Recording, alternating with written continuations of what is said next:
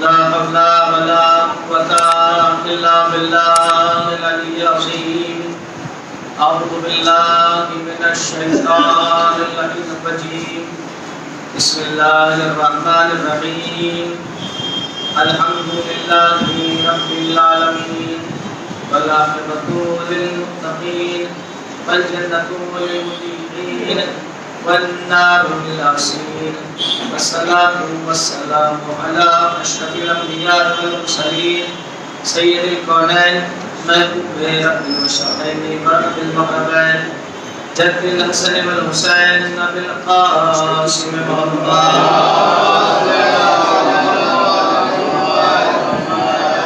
وعلى أهل بيته الطيبين الطاهرين المعصومين المظلومين المطهرين المنتخبين أدام الله عنهم الرجس وطهرهم تطهيرا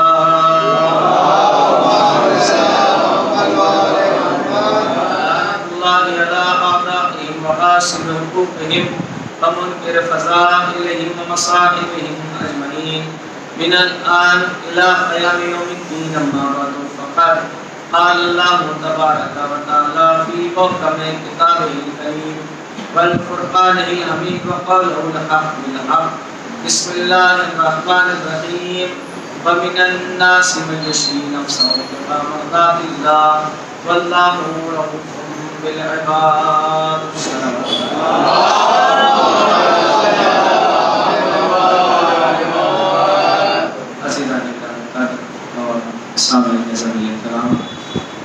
آپ حضرات کے سامنے مسلسل اس آیت کی تلاوت کی جا رہی ہے کہ جس میں خالق کائنات اپنے اس کے بندے کا ذکر کروا رہا ہے کہ جس نے بستر رسول پر لیٹ کر مرضی رب کا سودا کر لیا. اس آیت کے ذیل میں ہمارا موضوع جو چل رہا ہے وہ یہ ہے کہ ہم اپنا اسلامی معاشرہ کیسے بنائیں, ہم حسینی معاشرہ کیسے بنائیں اور کیسے ہم امام کے چاہنے والے بنیں اور کیسے ہم حقیقی شیعہ کہلانے کے لائق بن جائیں. چونکہ اپنی زبان سے اپنی تعریف کرنا الگ ہوا کرتا ہے اور تعریف جب دوسرے کریں حقیقی تعریف وہ ہوا کرتا ہے. عزیزان گرامی, اگر میں آپ کے سامنے آنے کے بعد کہوں کہ میں ایران میں رہتا ہوں اور خامنہئی صاحب کا بہت خاص آدمی ہوں اور میرے بغیر خامنہئی صاحب کے قدم بھی باہر نہیں نکالتے ہیں, مجھے ہر وقت اپنے ساتھ رکھتے ہیں, تو آپ کہیں گے یوں احتراماً چاہے قبول کر لیں لیکن باہر نکلنے کے بعد ایک دوسرے سے کہیں گے کہ ہمارے مولانا پھینکتے بہت ہیں, ہمارے مولانا ادھر ادھر کی باتیں بہت کرتے ہیں, اپنی باتیں اپنی تاریخ بڑی سناتے ہیں, لیکن اگر کسی تاریخ میں کسی تقریر میں آغای خامنہئی میرے بارے میں کہتے کہ کمیل عباس الحسینی میرا خاص آدمی ہے تو اب کوئی انکار نہیں کر سکتا اور حقیقی تاریخ بھی یہی ہے. اسی لیے ہم کہتے پھریں کہ ہم حسینی ہیں, ہم حسینی ہیں, ہم امام حسین کے ماننے والے ہیں, یہ تعریف نہیں ہوتی ہے, بلکہ اگر امام کہتے کہ یہ ہمارا چاہنے والا ہے یہ حقیقی تعریف ہوا کرتی ہے. ایک سلوات پڑھے امام والا.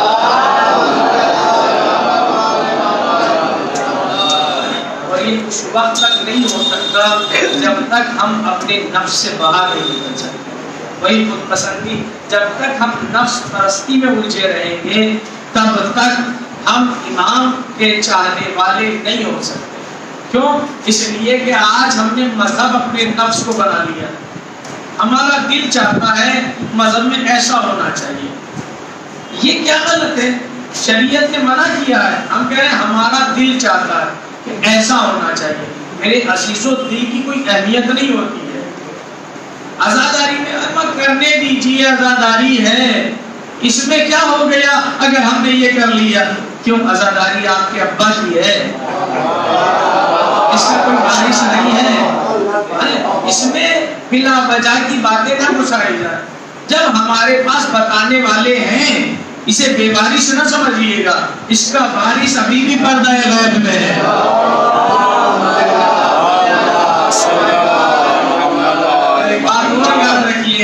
وہ پردہ غیب میں ہے, خالی ہاتھ نہیں ہے. کے ہاتھ میں تلوار بھی ہے. یہ ہمیں ڈر کے رہنا ہے. اس لیے کوئی بھی فضولیات کو ہم عزاداری نہیں کہہ سکتے. اب اپنے نفس کی پرستش آپ دیکھیے کتنا کرتے ہیں. جب کہا جاتا ہے کہ بھائی پردہ کیجئے، یہ بھی تو اسلام میں ایک بہت بڑی خامی اور کمی آ گئی ہے کہ جہاں جیب میں 2 پیسے آئے سب سے پہلے جو گھر سے چیز رخصت ہوتی ہے اسے پردہ کہتے ہیں، ہے نا. جہاں 2 پیسے جیب میں آئے، اب میں آپ کے مزاج کو سمجھ چکا ہوں، نہ مجھے چیخنے کی ضرورت ہے نہ آپ کو چیخنے کی ضرورت ہے. آہستہ سے آپ سنیے گا، آہستہ سے میں سناؤں گا. جہاں ذرا سا پیسہ جیب میں آیا سب سے پہلے چیز رخصت ہوتی ہے اسے پردہ کہتے ہیں. ہم نے کہا بھائی کیوں پردہ رخصت کر رہے ہو؟ کہا مولانا صاحب ان کو کچھ نہ کہیے گا، یہ وی آئی پی ہیں، یہ پیسے والے ہیں، اس لیے ان کے یہاں سے پردہ رخصت ہو چکا ہے. اما وی آئی پی وہ نہیں ہے جس کے پاس پیسہ ہے. قرآن کہتا ہے وی آئی پی وہ ہے کہ جس کے پاس تقویٰ ہے. اِنَّا أَكْرَمَكُمْ عِندَ اللَّهِ أَتْقَاكُمْ. وی آئی پی وہ نہیں ہے جس کے پاس پیسہ ہے، وی آئی پی وہ ہے جس کے پاس تقویٰ ہے. اور تقوی کا مطلب کیا ہوتا ہے؟ آج ہم نے تقوی کا مطلب ہی بدل دیا ہے. ہم نے آج تقوی کا مطلب یہ کر لیا ہے کہ قید و بند کو تقویٰ کہتے ہیں. قید و بند کا نام تقویٰ نہیں ہے. بھائی آپ امام بارگاہ میں بیٹھے ہوئے ہیں، آپ امام بارگاہ کو اندر سے بند کر کے بیٹھیے تو کیا آپ قید ہیں؟ نہیں، آپ قید نہیں ہیں. جب چاہے آپ باہر جا سکتے ہیں، جب چاہے آپ اندر آ سکتے ہیں تو آپ قید نہیں ہیں. لیکن اگر کوئی آپ کو باہر سے بند کر دے تو یہ آپ کو قید کر دیا گیا ہے، یہ آپ کو قید کر دیا گیا ہے. تقوی کا مطلب باہر سے بند کرنا نہیں ہے، تقوی کا مطلب اندر سے بند کرنا ہوا کرتا ہے.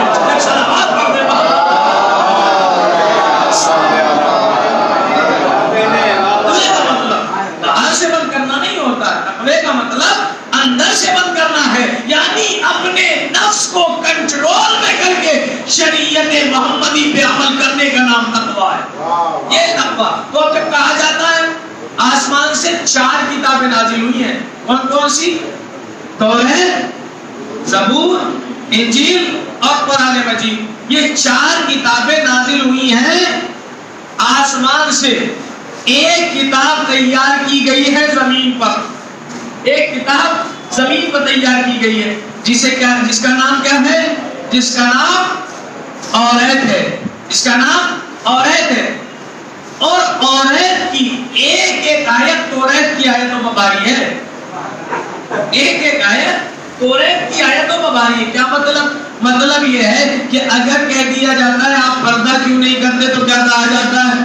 اسلامی معاشرہ کیسے بنے گا؟ جب ان برائیوں کو ہم ختم کریں گے تب اسلامی معاشرہ بنے گا، تب حسینی معاشرہ بنے گا. جب ہم ان خامیوں کو دور کرتے چلے جائیں گے تو ایک ایک آیت اوریت کی آیت توریت کی آیتوں پر بھاری ہے. اور وہ کون سی آیت ہے؟ ایک آیت یہ بھی ہے کہ مولانا پردہ جو ہوتا ہے وہ آنکھوں کا ہوتا ہے. اس سے کپڑے میں کہاں سے پردہ آ گیا؟ یہ آ گئی ہے خامی ہمارے یہاں. آپ کیجئے گا، جسے برا لگے گا اسے برا لگتا ہے، لیکن تقاضا منبر جو ہے وہ میں پورا کروں گا. اور مجھے اس بات کی فکر نہیں ہے پھر میں کہہ رہا ہوں پنٹو بھائی اگلی بار آپ مجھ سے کانٹیکٹ کریں یا نہ کریں، لیکن جو سنیے گا جو خامیاں ہیں اگر ہم انہیں پوری نہیں کر سکتے تو مجلسوں میں بھی نہ آئیں. اگر ہم انہیں پورا نہیں کر سکتے مسجدوں کو آباد نہ کریں. اگر ہم ان کو پورا نہیں کر سکتے اپنے آپ کو کم سے کم حسینی نہ کریں، کم سے کم حسینی نہ کریں. تو یہ خامی ہے. تو اس کی ایک آیت کیا ہے کہ مولانا صاحب پردہ جو ہوتا ہے وہ نگاہوں کا ہوتا ہے. اس سے کپڑے سے کیا مطلب ہے؟ ٹھیک ہے پردہ نگاہوں کا ہوتا ہے، پردہ نگاہوں کا ہوتا ہے، پردہ نگاہوں کا ہوتا ہے. اما آپ اپنی نظروں کے ذمہ دار ہیں، سامنے والے کی نظروں کے تو ذمہ دار نہیں ہو.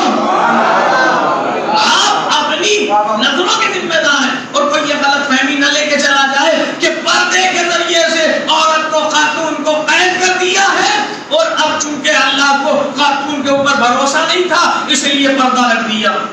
نہیں، بالکل ایسا نہیں ہے.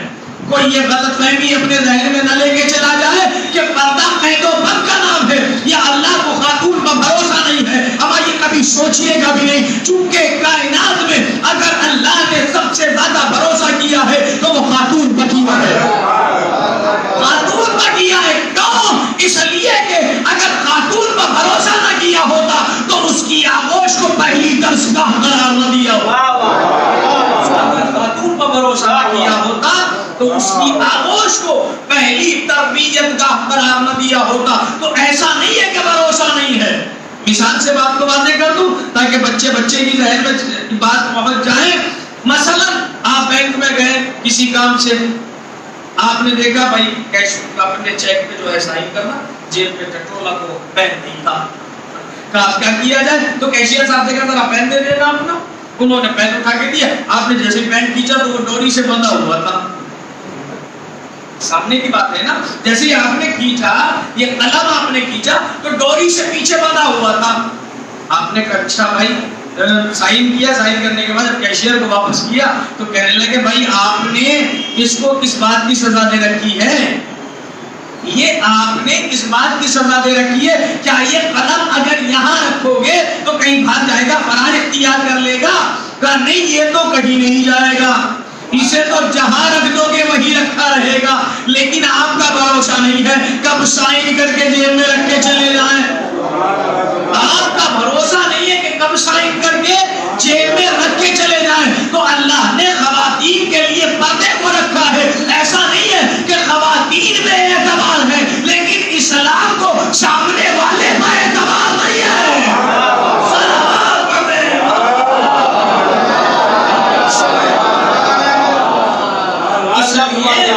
اسلام نے پردے کو رکھ کر خاتون کو محفوظ کیا ہے. ان نگاہوں سے جو نگاہیں اچھی نہیں ہیں, خاتون کو محفوظ کیا ہے. اور یہ غلط فہمی بھی ہمارے یہاں رائج ہو گئی ہے کہ بھائی اگر ہم نے پردہ کر لیا تو یہ معاشرہ ہمیں بیکورڈ کہے گا. نہیں عزیزو, پردہ کرنا بیکورڈ ہونے کی علامت نہیں ہے. آپ تو سب سوشل میڈیا سے جڑے ہوئے ہیں نا. آپ نے ابھی کچھ دن پہلے ایک نیوز دیکھی ہوگی, فاطمہ نام کی لڑکی ایک جرنلسٹ تھی, اس کو آسکر ایوارڈ دیا گیا تھا. آپ نے سب نے دیکھا ہوگا, آسکر ایوارڈ دیا گیا تھا براک اوباما کے ذریعے سے. جرنلسٹ تھی تو اس نے, براک اوباما نے جب نام دیکھا تو نام تھا فاطمہ. نام کیا تھا؟ نام تھا فاطمہ. جب اپنی بچیوں کا نام فاطمہ رکھو تو انہیں سیرت زہرا سلام اللہ علیہا سے آراستہ و پیراستہ کیا جائے. آراستہ و پیراستہ کیا جائے, انہیں سکھایا جائے کہ پردہ کیسے کیا جاتا ہے. سیرت زہرا سلام اللہ علیہا کیا ہے, اور ایک سیرت حضرت زہرا سلام اللہ علیہا پردے کے حوالے سے یہ ہے. ایک آپ کا قول ہے جو بہت معروف ہے کہ اپنی بچیوں کو بچپن سے اس قدر پردہ کرنے کی عادت ڈلوائیں کہ جب وہ جوانی کے شباب پر پہنچے تو انہیں بے پردگی سے نفرت ہو جائے. اس قدر بچپنے سے پردہ کرنے کی عادت ڈلوائیں کہ جب وہ جوانی کے شباب پر پہنچے تو انہیں بے پردگی سے نفرت ہو جائے. تو فاطمہ نام تھا. جب بلایا گیا تو وہ آئی. اب براک اوباما نے دیکھا کہ وہ تو پردے میں لپٹی ہوئی ہے, اپنا لگا ہوا ہے. ارے دیکھا, یہ تو بڑے کمال کی بات ہے. جب وہ قریب آئی تو کہنے لگے کہ آپ کو اتنا بڑا ایوارڈ مل رہا ہے, کسی بھی کنٹری کا سب سے بڑا ایوارڈ ہوتا ہے, آپ کو یہ ایوارڈ مل رہا ہے اور آپ یہ بیکورڈ کی طرح آئی ہے, پردے میں لپٹ کے آئی ہے. تو ایک مرتبہ وہ شجاعانہ جواب دیا کہ وہ دندان شکن جواب دیا ہے فاطمہ نے. آپ کہتی ہیں کہ آپ یہ بتائیے کہ سائنس کے اکارڈنگ جب تم نے کچھ نہیں کیا ہے تو جنت کیسی؟ جب تم نے کچھ نہیں کیا ہے, کوئی عمل نہیں کیا ہے تو پھر جنت کیسی؟ بھائی جیسے مولا نے یہ کہا میں تو بھی بھر گیا. مولا یہ کیا کہہ رہے ہیں آپ؟ میں نے شب بیداری پوری رات جاگ کے کی ہے. مولا غدیر کا چندہ اکٹھا کرنے کے لیے پیدل جاتا تھا, لوگوں کی منت و مسائلت کرتا تھا, میں رات کے عشرے کراتا تھا, میں آپ کی عزاداری کرتا تھا. مولا یہ آپ کیا کہہ رہے ہیں؟ میں نے آپ کا غم منانے کے لیے بہت پیسے اکٹھے کیے ہیں. تو مولا پوچھ سکتے ہیں کہ نہیں پوچھ سکتے؟ ذرا یہ تو بتاؤ, میری ہی عزاداری کیوں کرتے تھے, یزید کی عزاداری کیوں نہیں کرتے تھے؟ بھائی مولا پوچھ سکتے ہیں کہ نہیں پوچھ سکتے؟ بھائی میری ہی عزاداری کیوں کرتے تھے, یزید کی عزاداری کیوں نہیں کرتے تھے؟ تو محل کا جواب کیا ہوگا کہ مولا چونکہ آپ نے دین بچایا, مولا چونکہ آپ نے نماز بچائی, مولا چونکہ آپ نے روزہ بچایا, مولا چونکہ آپ نے حج بچایا, مولا چونکہ آپ نے خمس بچایا, مولا چونکہ آپ نے جہاد بچایا, مولا بیداریاں بچائی مولا، چونکہ آپ نے شعور بچایا مولا، چونکہ آپ نے بیداری بچائی مولا، چونکہ آپ نے ہمیں جینا سکھایا، اس لیے آپ کی عزاداری کرتے تھے۔ تو آپ امام پوچھ سکتے ہیں کہ نہیں پوچھ سکتے؟ ذرا یہ بتا، بے نمازی ہونا کس کمپنی کا پروڈکشن ہے؟ بے نمازی ہونا کس کمپنی کا پروڈکشن ہے؟ بے روزے دار ہونا کس کمپنی کا پروڈکشن ہے؟ بے حاجی ہونا یعنی واجب ہوتے ہوئے حج پر نہ جانا کس کمپنی کا پروڈکشن ہے؟ تو آپ کیا کہیں گے؟ یزیدی کمپنی کا پروڈکشن ہے۔ اور نمازی ہونا، روزے دار ہونا، حاجی ہونا کس کی کمپنی کا پروڈکشن ہے؟ حسینی کمپنی کا پروڈکشن ہے۔ اب آپ ایمانداری سے بتائیے، میرا مولا کہہ سکتا ہے کہ نہیں کہہ سکتا کہ پوری زندگی یزید کی کمپنی میں کام کرتے رہے اور مزدوری لینے حسین کے پاس آئے؟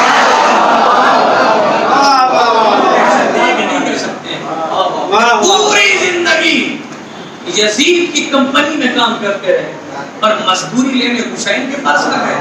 حسینی کبھی بے نمازی نہیں ہوتا، حسینی کبھی حاسد نہیں ہوتا، حسینی کبھی دوسروں کا حق نہیں کھاتا، حسینی کبھی دوسروں کا ظلم نہیں کرتا، حسینی کبھی جاہل نہیں ہوتا، حسینی کبھی جاہل نہیں ہوتا، حسینی کبھی اپنے بڑوں کی بے عزتی نہیں کرتا ہے، حسینی کبھی یتیموں پر ظلم نہیں کرتا ہے، حسینی کبھی بے روزے دار نہیں ہوتا ہے۔ حسینی کیسا ہوتا ہے آپ کے سامنے ہے، حسینی ایسا ہوتا ہے کہ سامنے موت ہوتی ہے اور کہتا ہوا نظر آتا ہے، اے مولا سامنے تو موت ہے، میں چاہتا ہوں کہ آخری نماز آپ کی اقتدا پہ ادا کر لیا ہے۔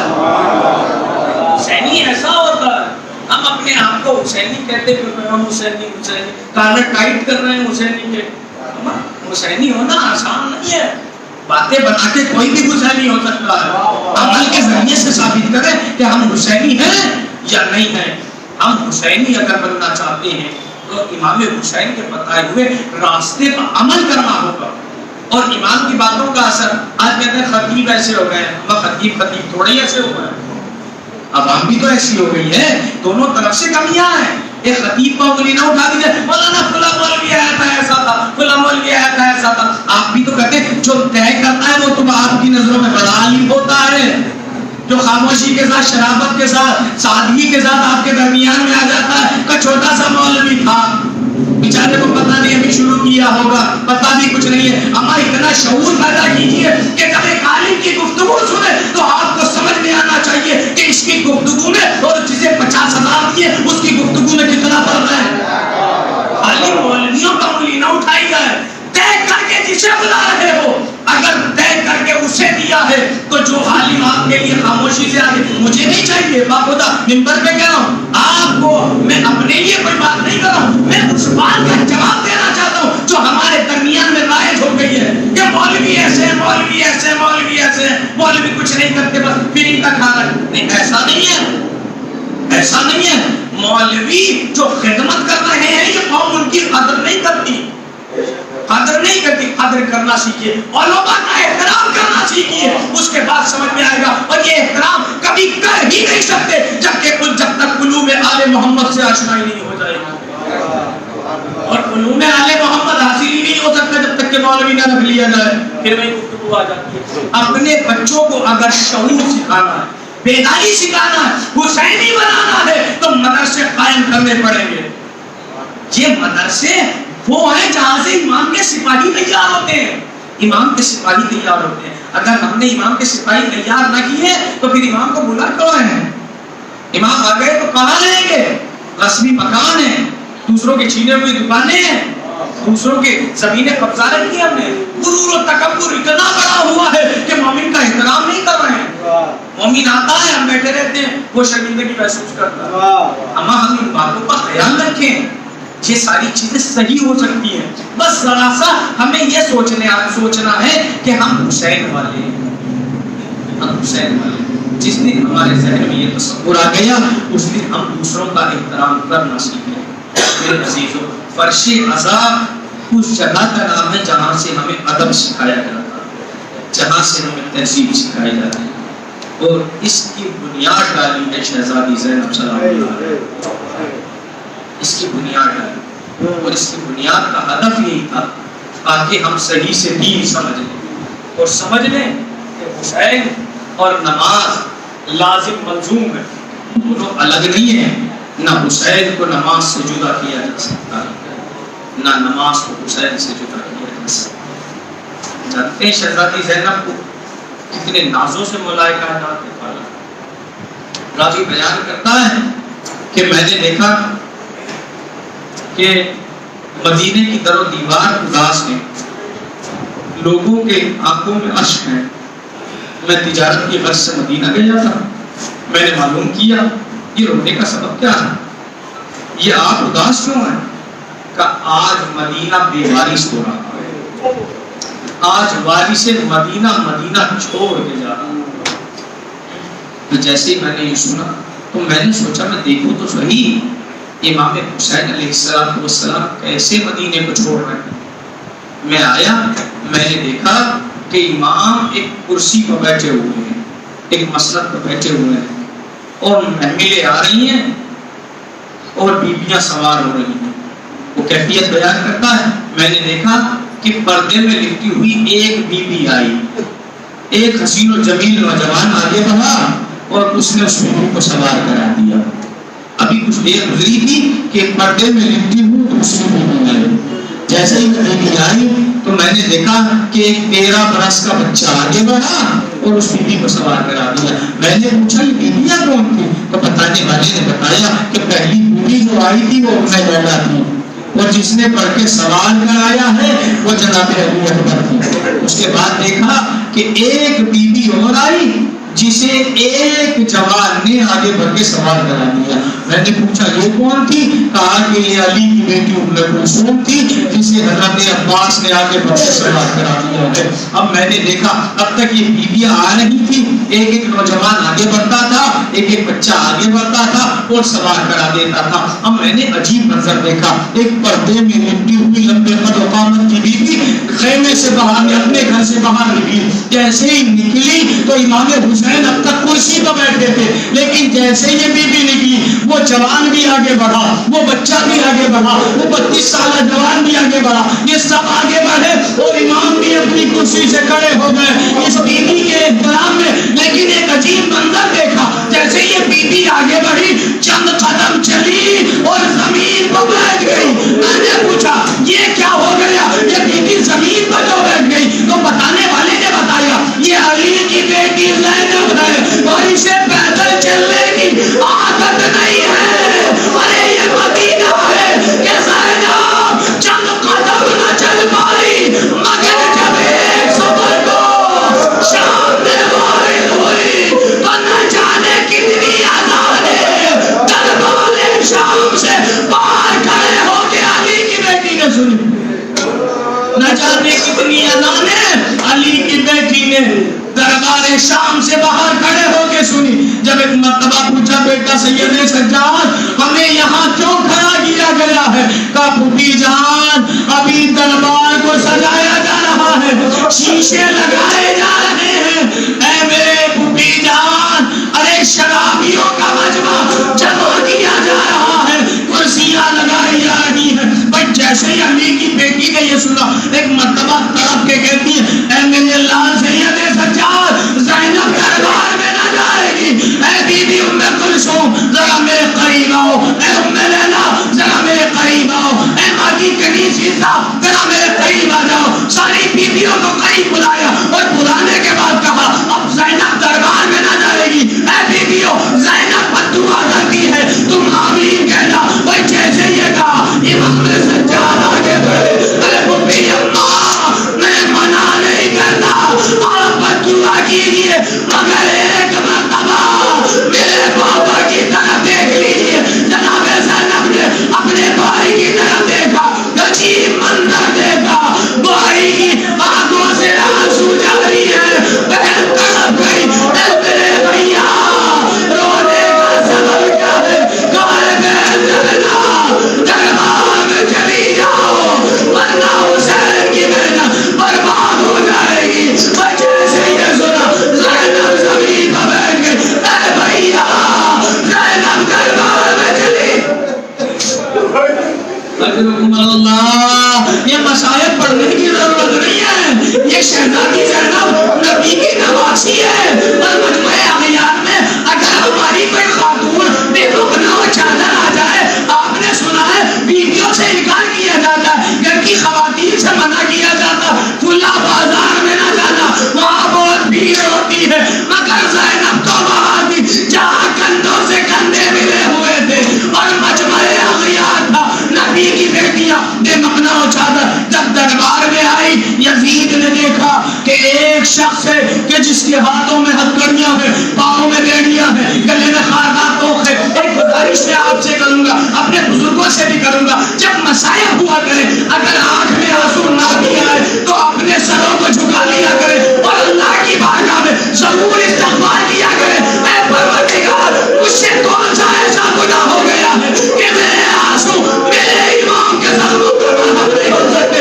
بتاؤ یزید کہتا ہے یہ کون ہے؟ کہا یہ علی بن حسین ہے، کہا اس کو تو قتل کر دیا گیا تھا، کہا نہیں یہ دوسرا علی ہے۔ ایک مرتبہ یزید کہتا ہے اے جلاد آگے بڑھ اور اسے قتل کر دے، بھائی جیسے جلاد تلوار لے کے آگے بڑھا، شہزادی زینب سامنے آ گئی، نہیں میرے ہوتے ہوئے میرے بھتیجے کو قتل نہیں کیا جا سکتا۔ ایک مرتبہ یزید نے کہا اس کو بھی قتل کر دو، بھائی جیسے یہ کہا جناب فضا سامنے آ گئی، نہیں میرے ہوتے ہوئے میری شہزادی کو کوئی قتل نہیں کر سکتا۔ یزید نے کہا کہ اسے بھی قتل کر دو، اور ایک تڑپانے والے جملے ہیں۔ ایک مرتبہ جب جلاد آگے بڑھا، جناب فضا نے ان غلاموں کی طرف دیکھا جو یزید کے اطراف میں حبشی غلام کھڑے ہوئے تھے، جناب فضا فرماتی ہیں تمہیں شرم نہیں آتی؟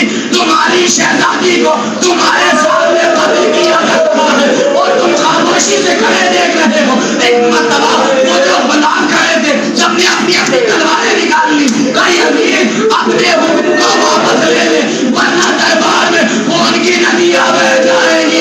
یزید نے تو اپنا حکم واپس لے لیا، مگر زینب نے اپنی غربت کا احساس کیا، ارے مدینے کا رخ کیا، اے میرے آپ کی بیٹیاں کتنی غریب ہو گئی ہے کہ کنیزوں کے حمایتی ہیں، مگر ہمارا کوئی حمایت کرنے والا